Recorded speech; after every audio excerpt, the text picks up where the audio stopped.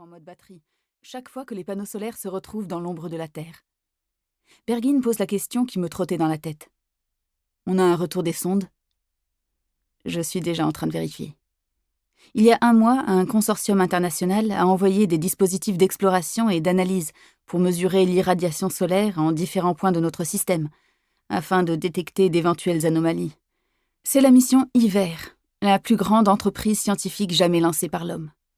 Toutes les expériences menées dans ce cadre ne visent qu'un seul objectif: comprendre pourquoi la Terre se refroidit. Nous savons que l'irradiance solaire totale est en train de chuter, mais c'est parfaitement illogique. Au contraire, la Terre devrait être en train de se réchauffer.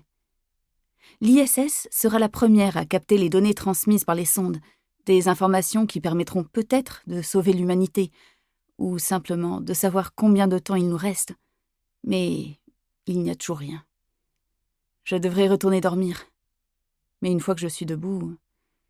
D'autant que je brûle de découvrir ce que les sondes ont à nous dire. C'est que j'ai une famille sur Terre. Je veux savoir ce qui va arriver au mien. De surcroît, une question nous taraude tous à bord de l'ISS, les 6 astronautes et cosmonautes que nous sommes. Quel va être notre sort? Si le monde est en train de mourir, s'il n'y a plus aucun monde sur lequel nous pouvons retourner, serons-nous condamnés à rester ici, en orbite? 3 d'entre nous sont censés redescendre sur Terre dans 1 mois, et les 3 autres dans 4 mois. Nos pays auront-ils seulement les moyens de venir nous chercher, eux qui sont déjà confrontés à des vagues de réfugiés comme l'histoire n'en a jamais connu?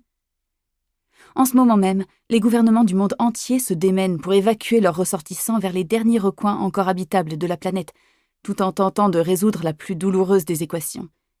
Que faire de ceux qu'on ne peut pas bouger?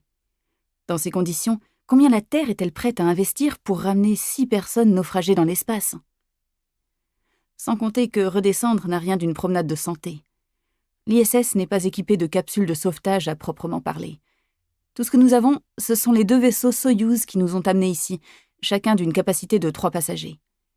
Nous pourrions les utiliser pour évacuer la station, mais il faudrait que ce soit en coordination avec le sol, avec quelqu'un à l'arrivée pour nous récupérer. Et puis, une fois revenus sur Terre, on aura encore besoin d'un sacré soutien, ne serait-ce que pour récupérer sur le plan physique.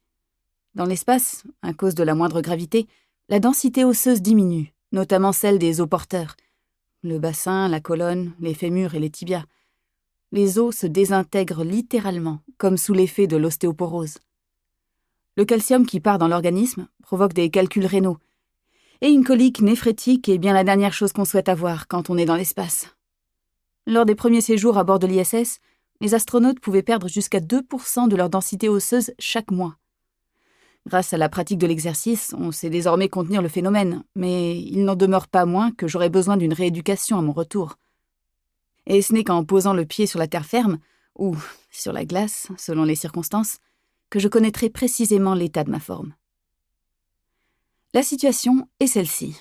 Aux yeux des habitants de la Terre, notre seule et unique valeur tient au résultat de la mission IVER. Si nous ne trouvons pas ce qui vaut à notre planète d'être subitement prise dans une gangue glacée, ainsi qu'une solution pour y remédier, alors nous ne quitterons jamais la Station spatiale internationale. Nous sommes coincés entre le marteau du froid glacé de l'espace et l'enclume d'une Terre en voie de congélation. Pour l'heure, l'ISS est notre demeure, et cela risque de durer un peu. Mais on y est bien.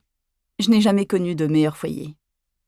En me propulsant à l'aide de mes mains et mes pieds, je file en apesanteur au long des coursives des modules assemblés entre eux.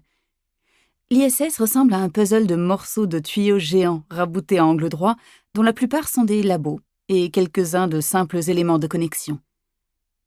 Premier élément de l'ISS construit par les États-Unis, le module de type nœud Unity, lancé en 1998, comporte 6 ports d'amarrage, des ouvertures qui ne sont pas sans rappeler les points d'accès à un réseau d'égouts.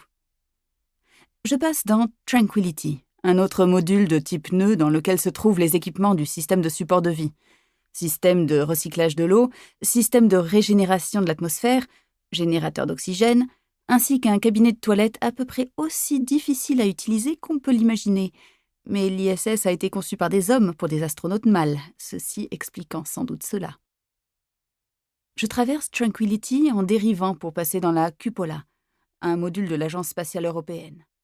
C'est une coupole d'observation équipée de 6 hublots. Para seguir escuchando este audiolibro gratuitamente, haz clic en el enlace de la descripción y podrás escucharlo completo sin coste gracias a la prueba de 30 días de Audible.